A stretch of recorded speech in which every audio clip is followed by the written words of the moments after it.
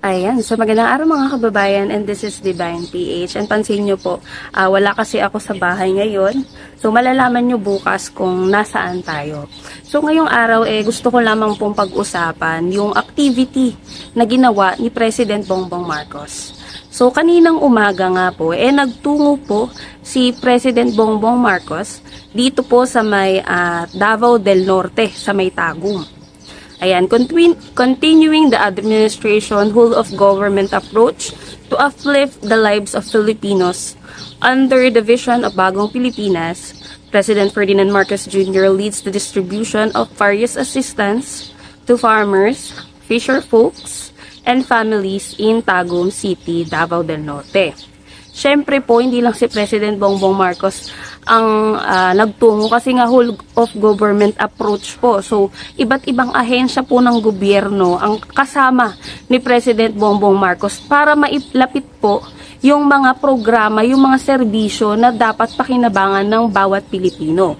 So, andyan na po yung DSWD. Yung DSWD po na namahagi ng 10,000 cash assistance sa ating mga kababayan dyan sa Davao del Norte. Siyempre, yung office naman po ni Speaker Martin Romualdez namahagi din ng 5 kilo po ng bigas sa lahat po ng mga attendees na dumating po doon, na umattend po. Ayan, during the program po, si President Bongbong Marcos din po yung mismong namahagi ng distribution ng cash assistance, at syempre po, nagbigay din si President Bongbong Marcos ng 10 million each sa provincial government ng Davao del Norte, Davao de Oro, at syempre ng Davao Oriental. At hindi lang yan mga kababayan After po di President Bongbong Marcos magtungo dyan sa Davao del Norte, itong presidente natin walang kapaghuran to Hindi pwedeng isa, dalawa, tatlo activity lang ang nagagawa niya sa isang araw. Grabe yung multitasking na ginagawa. Pero alam niyo naman, itong mga kritiko niya kahit na nakikita na nagtatrabaho ang ating Pangulo, sinisiraan pa rin nila. So after nga ni President Bongbong Marcos magtungo sa Davao del Norte, nagtungo po siya sa may Digos City, dito sa may Davao del Sur.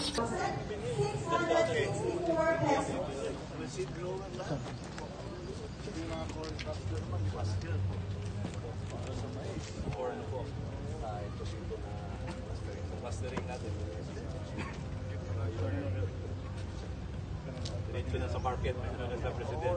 After harvest nila, iginaling na po natin sa market. Ayan po. So, si PBBM po, pinangunahan niya ang pag-handover ng agri-fishery livelihood projects geared towards the attainment of food sufficiency and increased income of farmers and fisher folks,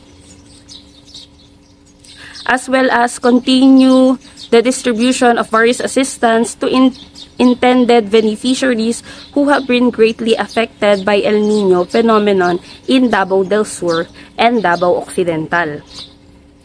Bali, amounting of total 36.71 million yung na-turnover po ni President Bongbong Marcos na post-harvest facility at saka equipment and other materials na under po ng Department of Agriculture.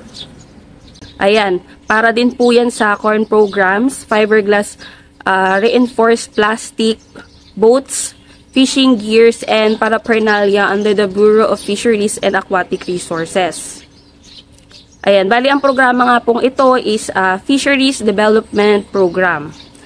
It is a toolkit under the Technical Education and Skills Development Authority Special Training for Employment Program. Bali, itong programa nga po ito ng Department of Agriculture is to develop for development plan to increase agriculture productivity, lower food costs, ensure food security, and make farming and fisheries a more bankable investment alternative.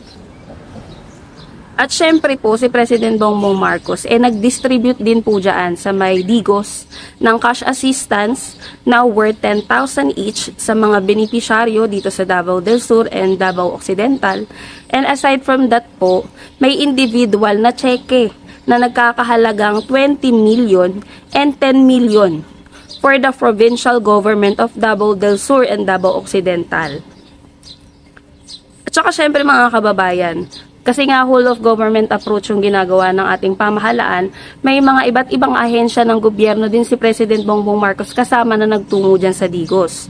So andyan po yung DTI, yung DOLE, TESDA, syempre po yung Office of House Speaker Martin Romualdez. Alam niyo naman po yung office ni Speaker Martin Romualdez, meron po tayo dyang bagong Pilipinas Servisyo. So meron din po yan. Yung mga programa po ng pamahalaan na inilalapit na po sa ating mga kababayan, yung programa at serbisyo na dapat po nilang pakinabangan. So may mga, for sure ako mga kababayan, may magsasabi or magkukomento na naman dyan na ay puro ayuda, yan lang ginagawa ng Pangulo. Alam naman natin mga kababayan, hindi na to kumbaga, hindi na siya bago na kahit may ginagawa, kahit nagtatrabaho yung Pangulo natin, may nasasabi pa rin itong mga kritiko niya. Kasi sa mata nila, ang kailangan lang nilang punain yung mga minimal mistake. Or kung wala man, syempre ako nga wala akong makitang kumbaga maibalik Kasi nakikita ko talaga na puro pagtatrabaho yung ginagawa ni President Bongbong Marcos. Inuuna niya talaga yung kapakanan ng ating mga kababayan. At syempre, kapakanan ng ating bansa. Pero syempre, itong mga kritiko niya, parang nabuhay lang sila para mambatikos, para siraan ang pamahalaan at para siraan si President Bongbong Marcos. Pero huwag kayong mag-alala mga kababayan kasi kami po na sumusuporta sa administrasyon, hindi po kami magsasawang ibalita o ipaalam sa inyo kung ano po yung nagagawa talaga ng ating pamahalaan at syempre ni President Bongbong Marcos. So yan mga kababayan, good news po yan, no? At bukas abangan nyo po yung magaganap dito sa area na kung nasan ako ngayon. At magla-live po tayo bukas ng maaga. Kahit mga 7:30 or 8, yan, mag-i-start po tayo. So, abangan nyo po mga kababayan kung anong meron aking YouTube channel, Divine PH Vlog. Sa mga hindi pa po nakapag-subscribe, please do subscribe, follow nyo po, like nyo po, i-share nyo po para mas marami pong mga kababayan natin ang makapanood or ang makaalam po ng ginagawa ng ating pamahalaan. And syempre nag-upload din po ako sa aking Facebook page, Divine PH, and ganun din naman po sa aking TikTok account, Divine PH Vlog. So asahan nyo po mga kababayan na patuloy po ang suporta na gagawin po natin, patuloy po natin susuportahan ng Administrasyong Marcos at ibabalita lang po natin. Hindi po tayo magbabalita ng fake news dito, hindi tayo magbabalita ng yung mga gawa-gawa lang. Hindi po tayo magbabalita ng ganon. Ang ibabalita lang po natin, ang isi-share lang po natin sa inyo pong mga viewers namin is yung mga nagagawa po ng pamahalaan para sa Pilipinas at syempre para sa mga kababayan natin. So yun lamang po mga kababayan, maraming salamat po sa inyong lahat.